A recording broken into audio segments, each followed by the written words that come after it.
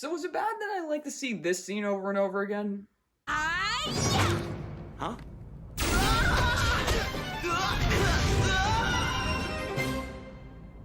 You'll be fine. I mean, it was unexpected, it was funny, and... yeah, this is kind of funny.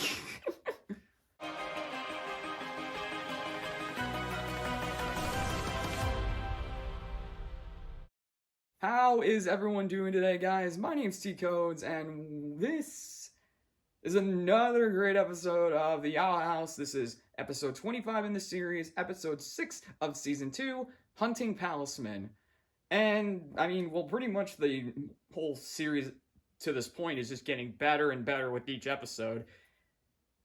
And this one really was partially what I expected, and again, partially what I unexpected, which makes sense with this show at this point. I guess I should go into each one and expect about half of it and not know what the other half is going to be. And so, the main half that I knew what was going to go down in this episode was that, well, let's just talk about it. So it all begins with, actually, no, let's stop, sorry, let me start over. The episode begins at the Emperor's castle, and he brings in the Coven leaders to show them a little hint as to what will happen on the Day of Unity, and two things came to my mind with that. One is he's going to use the portal to bring together the human world and the demon realm, and maybe like try and create like one giant world and all that. Or the other idea I got based off of what we saw is he's going to try and use the technology from the human world to advance the demon realm.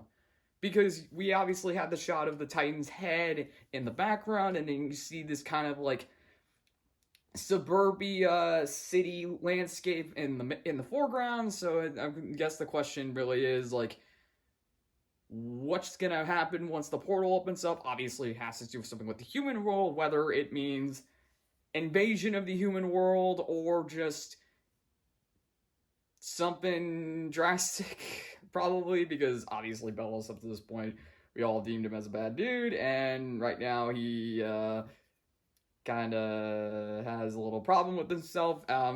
From what everyone kind of predicted after seeing the trailer is he's probably cursed, and it seems like it too. Yeah, it definitely, I mean, because we definitely get a good solid look at what he's got in terms of his curse. Part of me thought at first it was like an abomination kind of thing, but then I thought about the creatures we saw in Echoes of the Past, and maybe it's those things too. Maybe he tried to use those things for himself, and it's just causing more and more of an outburst, as he calls them. And unfortunately, the Palismen that he uses to sustain himself have run out, so he orders the Golden Guard to go find more.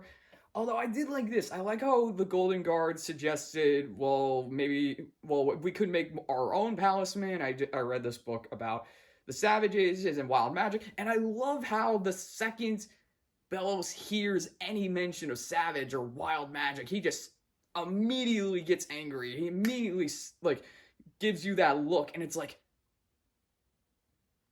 so it's, I like how in that moment, it's like, it's him, he really has a prejudice against that, like, I was wondering about that up to this point. I was like, is he just doing this because he's like, the Savage Ages were fun, but I want control. But just hearing him just snap at those words a bit, gets me wondering what happened. And as we find out, he said he and his family lost his magic due to the Savage Ages. So I wonder what exactly happened with that. But yeah, he orders the Golden Guard to hunt more Palismen, and Kiki Mora, who was listening in the other room, doesn't like that. So I like how there's tension within the castle itself with the Golden Guard. And I mean, we knew Lilith didn't like the Golden Guard because, as she stated, he was a genius teen prodigy who was actually a brat, so probably Kiki Mora thinks the same thing. Yeah, I mean, kind of figured that out. I mean, well, not to, I mean, Lil stated teen prodigy, so kid. But yeah, so that's that was our intro, and we then get our opening theme, our opening intro, and they updated it because, I mean, 1, Ida's got a new outfit, 2, King's got his horn back, and 3, Amity's got her new hairstyle, and also a necklace that I've already seen some people say it's a necklace of an eclipse, and I'm kind of seeing it too. But yeah, it's a nice change of the intro, and obviously kind of what we expected with this at this point, because obviously if Amity's gonna stay with her new hairdo, makes sense.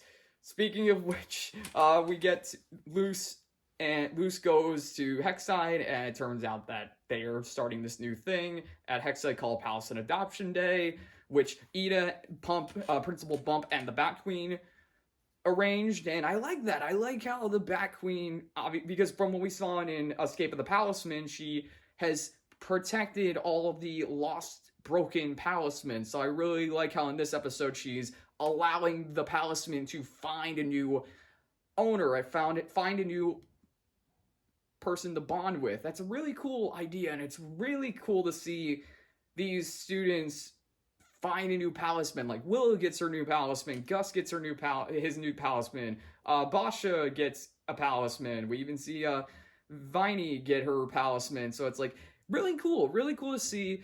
And unfortunately, Amity isn't there because, as Will stated, Amity decided to stay home, and Luce, as she states, she kind of understands that, so,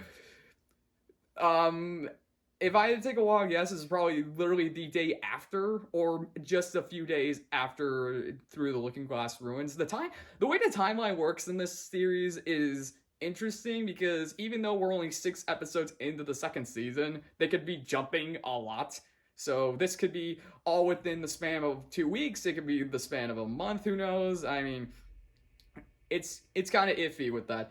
But yeah, so how Bat Queen describes the pairing of the Palisman is basically stating, like, what do you want? What is your future? What do you know you want to be? What do you want to do? And all that. So for Willow, Gus, Basha, Viney, they all know what they want to do. Other students, they kind of know, they, for the most part, know what they want to do. However, for Luce, she doesn't know. She doesn't know what she really wants. Like she said, oh, I want to be a witch. And none of the Palismen really react to that. And so she kind of tries to clarify, like, oh, well, I want to use I want to learn magic so I can get home to my mom. And then still nothing happens. So at first I was worried because I read the synopsis prior. Okay, hang on. Okay, sorry about that. Where was I? Oh yeah, so Luce, doesn't really know what she wants to do, so of course that makes it more difficult for a Palisman to pick her. And so she goes home to the Owl House, and she's very conflicted about all that. She states, like, she talks to the Echo Mass a little bit, saying, like, well, I didn't really think that far ahead. Am I gonna try and learn magic when I get back home into Connecticut? Which is nice little detail there. I mean, obviously, we finally get to learn where Luce is from. So she's from Connecticut, and I do like the fact that that's also where Dana Terrace grew up. So probably just a little tidbit right there.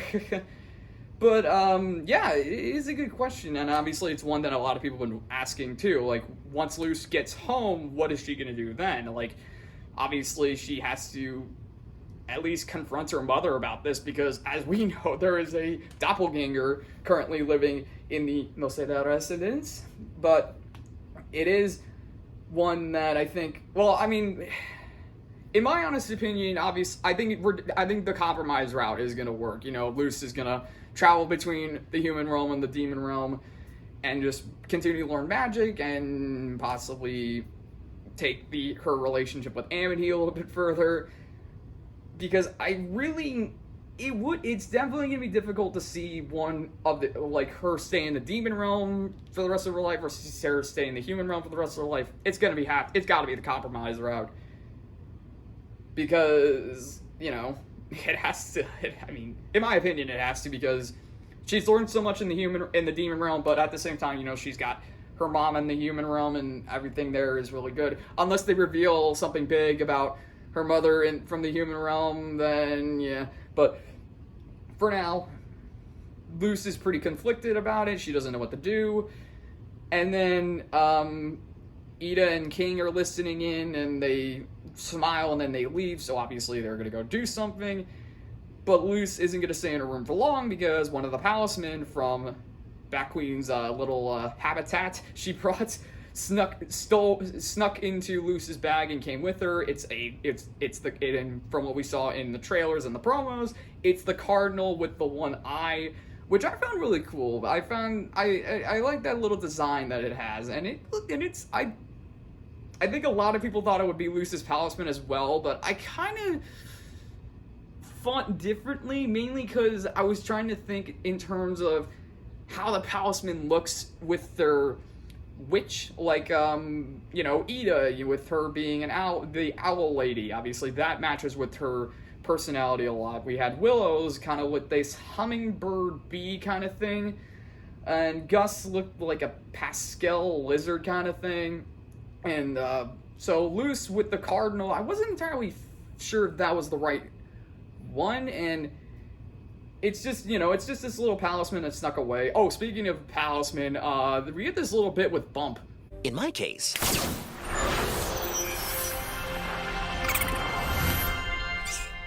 Holy Titan. Freewin here helps me see. I don't know how to feel about that very, very, very, very long hair that he's got. I mean, I know a lot of people are going to go nuts on the internet with that fan art, but dang, Bump. But, okay, back to what I was saying. Luce finds the little cardinal Palisman that she is named Little Rascal, and so she goes back to Hexside to get it back home in the habitat. However, Luce tries to kill two birds with one stone, and stays in the habitat as he tries to figure out what she wants to do.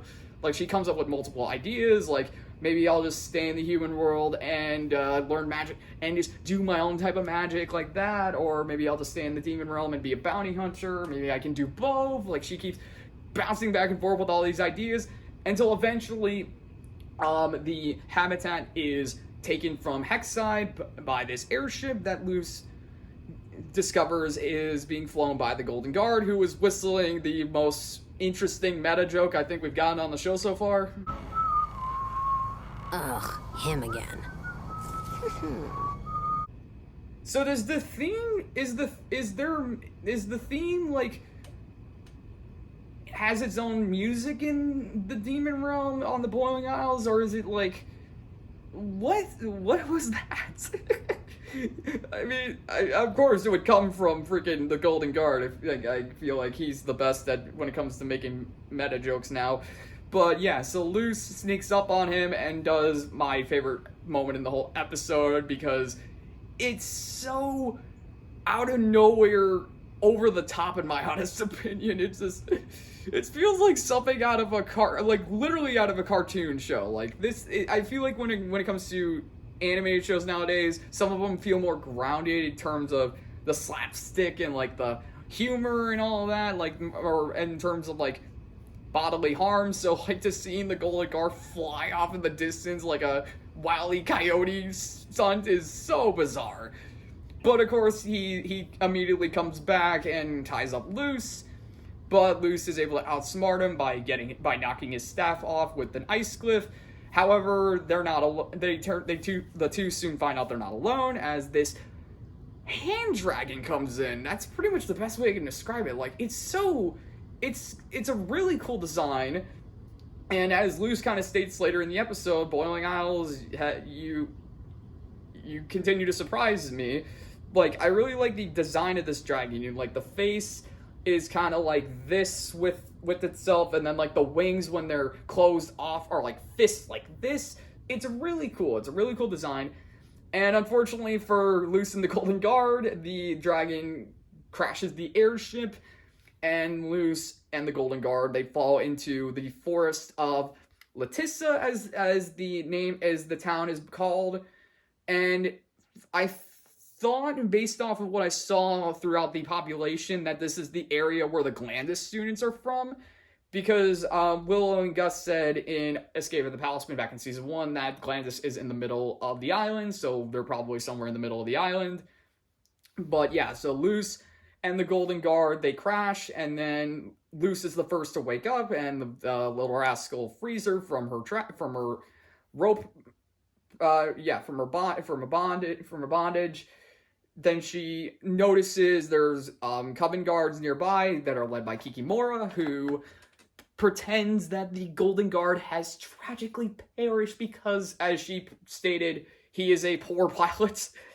Like, she has his cowl and gives it to the hand dragon to eat, and states that the Golden Guard is dead and that they have their Palismen, so they head to Latissa, which of course means that Luce and the Golden Guard are on their own. And Luce being Luce, she knows she can't just leave the Golden Guard there, so she agrees to at least help him get back somehow. And of course, she has his staff too, so she kind of has an upper hand there. And I gotta admit, I kind of like this this back and forth bickering between the two. I've seen people say how it's like a sibling relationship, and yeah, I can definitely relate. Like, I love the way he kind of acts like a jerk to Luce, because, I mean, one, it makes sense, you know, she's technically the enemy to him, but two, it kind of shows that even though he's supposed to be this very stoic, mature person, he has his goofy moments, like as we saw in the Separate Tides when he was playing with King. He obviously likes to have fun here and there, and he obviously likes to be just, I'm guessing, himself.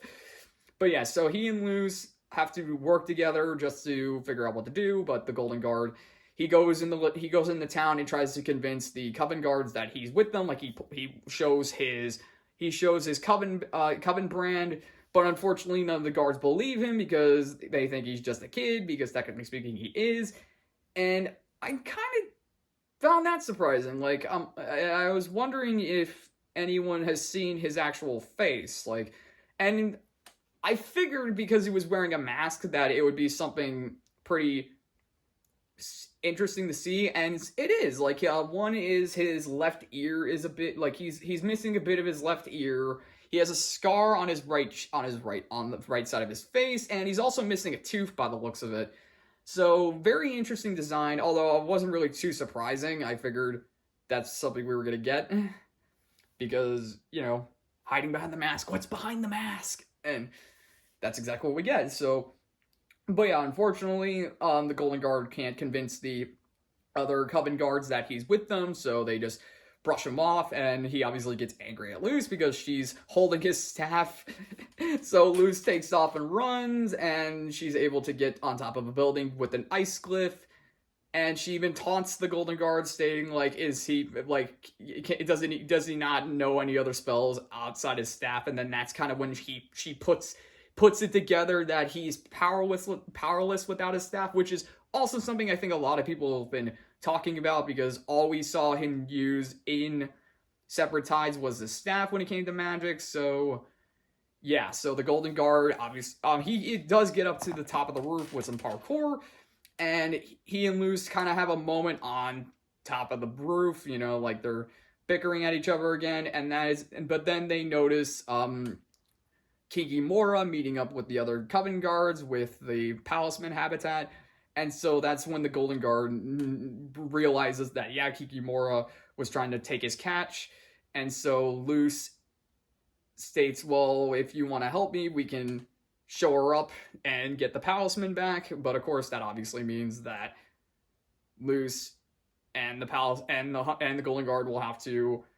figure out where to go from there. And as the Golden Guard stated as well, when they had a little standoff on top of the roof, that she doesn't really think a lot of things through, you know, she doesn't think that far ahead. Like, she was holding the staff at him and was saying that she was gonna hit him, and he's like, you're not gonna do that, that's not your style, and you're not gonna fly away because you still gotta rescue your Palisman. So he basically, he knows how to think ahead, Luce doesn't, which, again, kind of makes sense for Luce's case. For the most part, she likes to think on her feet. So I guess it makes sense that she wouldn't have a lot of things planned out ahead. Not to mention, she's 14, so I guess it makes sense that she wouldn't have everything figured out yet. I mean, I don't remember planning a lot of things ahead when I was 14, so, But yeah, so Kikimora has the Palismen, so Luce and the Golden Guard team up to get them back.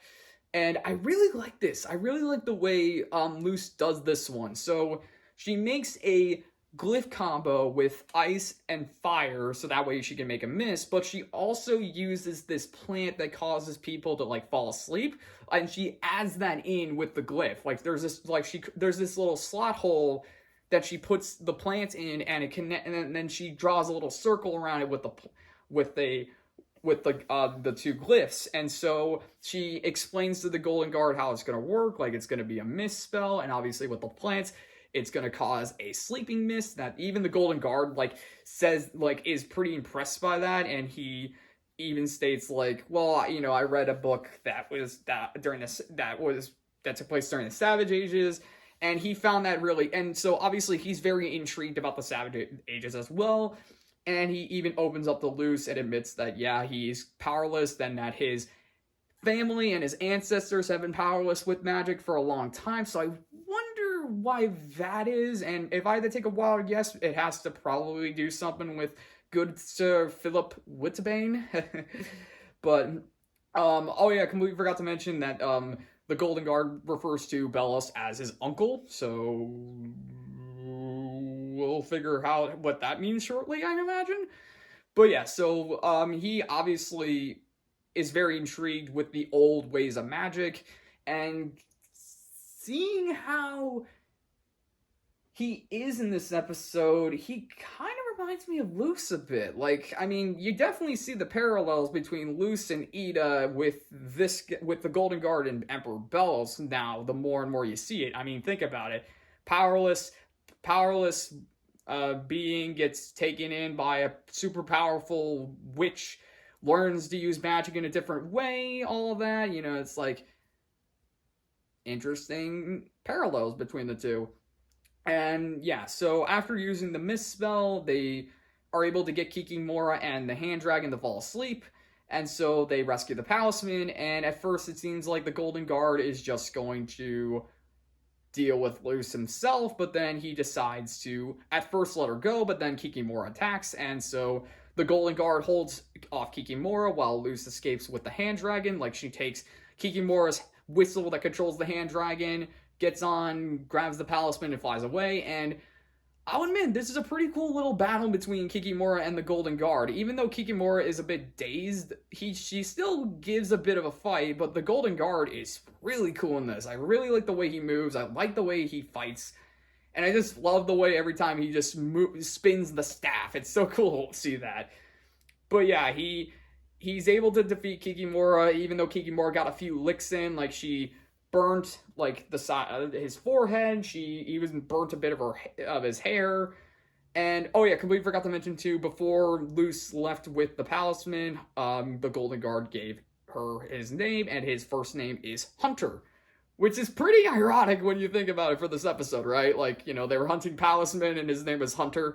So I'll admit, I didn't think that would be his name. I had a few different names in mind, so the fact that his name is Hunter is really intriguing, because we've seen all these different names, like Amity, Emera, Edric, Alador, Odalia, Edalyn, Lilith, Gwendolyn, Willow, Gus, or Augustus, I should say. So for his name to be Hunter is pretty intriguing to see.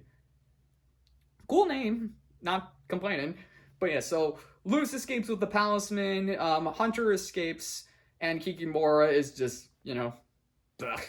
But Luce, it returns the Palisman to the Hexside, and the little rascal cardinal actually goes off because they found their partner or witch to bond with, and I kind of did like this choice. So the little rascal, as we're calling him right now, pairs up with Hunter.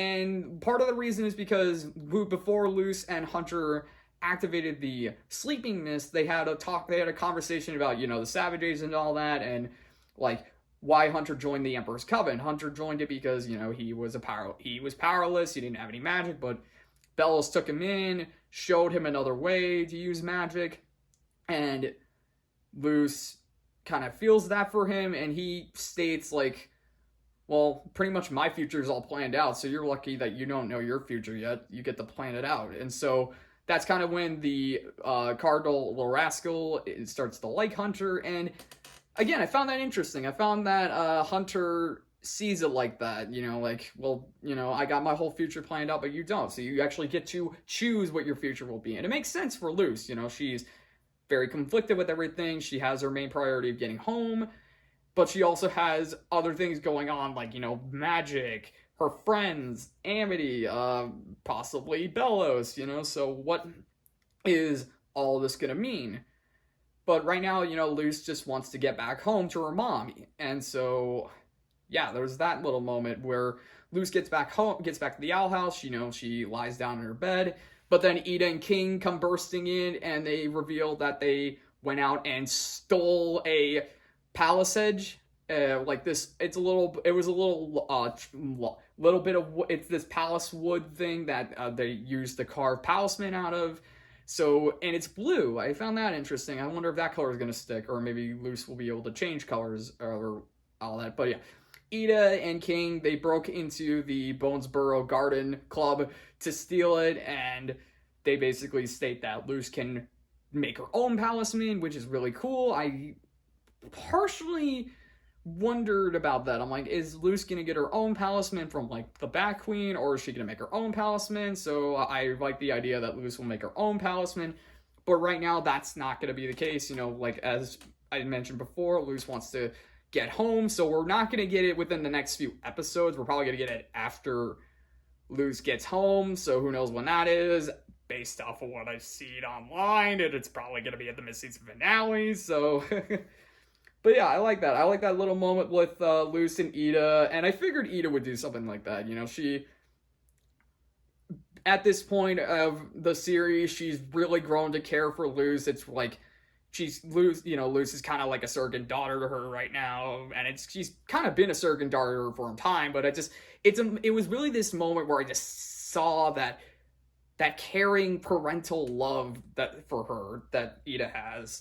Like, the smile that she had when she was looking at Luce, when she had that, it was like she was so excited, so happy to give that to Luce. Like, she really was just at that moment realizing, like, wow, this kid that I took in months ago is now gonna get her own Palisman. That's crazy. I'm so excited. Like, I really like that moment. I like that moment a lot.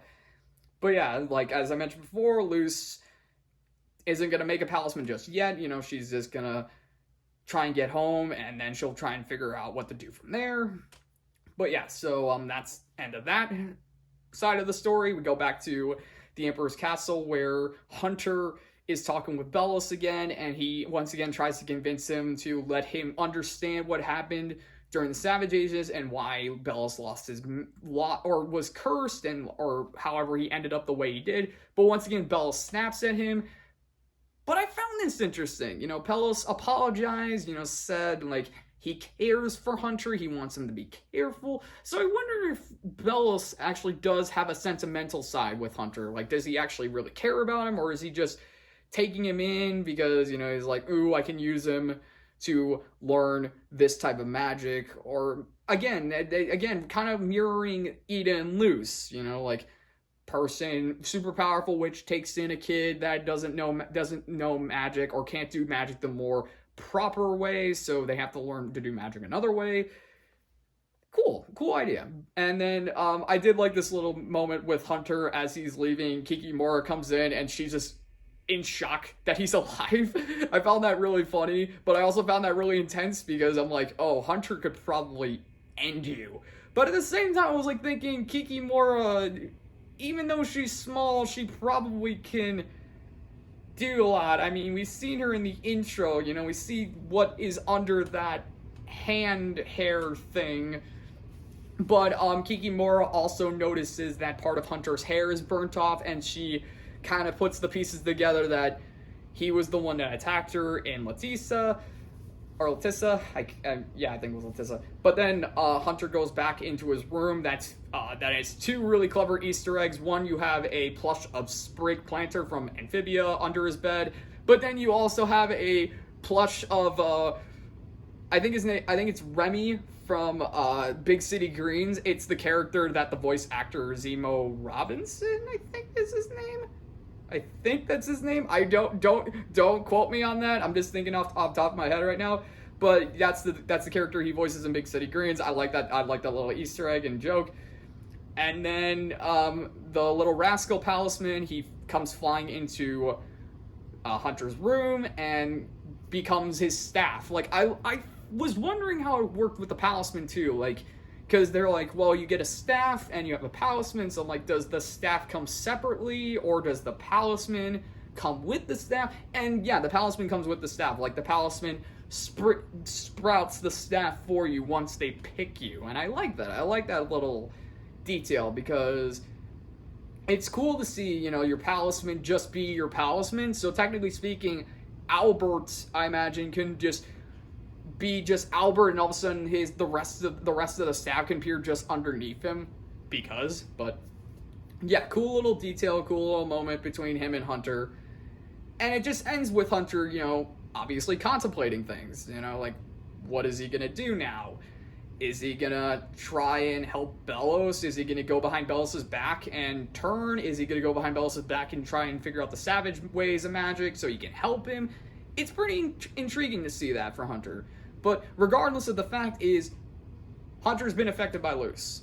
And that's exactly kind of the point with Luce's character throughout the series, is every person that she's come across, she's affected in a way. Like, even if it's Basha, or it's like Warden Wrath, like, she's affected them in some way. Whether it's very subtle or very big. Like, Amity, for instance. Like, if Luce never met Amity, Amity would probably still be the elegant blight that her parents or her mother wants her to be. But no, now Amity has a completely new look. She's completely reformed. She's in love. It's like kind of crazy. But yeah, so yeah, that's everything I got for this episode. So this was a big one. I mean, again, all the episodes up to this point are going to be big. So all the episodes that are going to be after this are going to be big.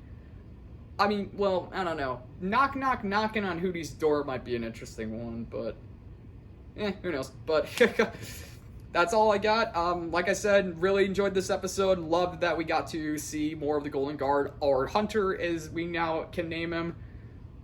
And I just love the interactions between him and Luce. I love the way we got that new location on the Boiling Isles. I love the creativity of how they use magic in this, the creatures, the way they fought,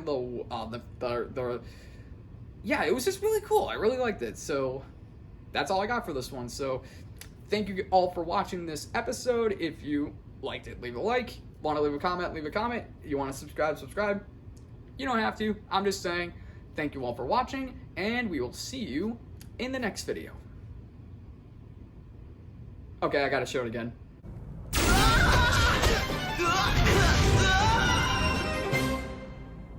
You'll be fine. It's just too funny, I'm sorry.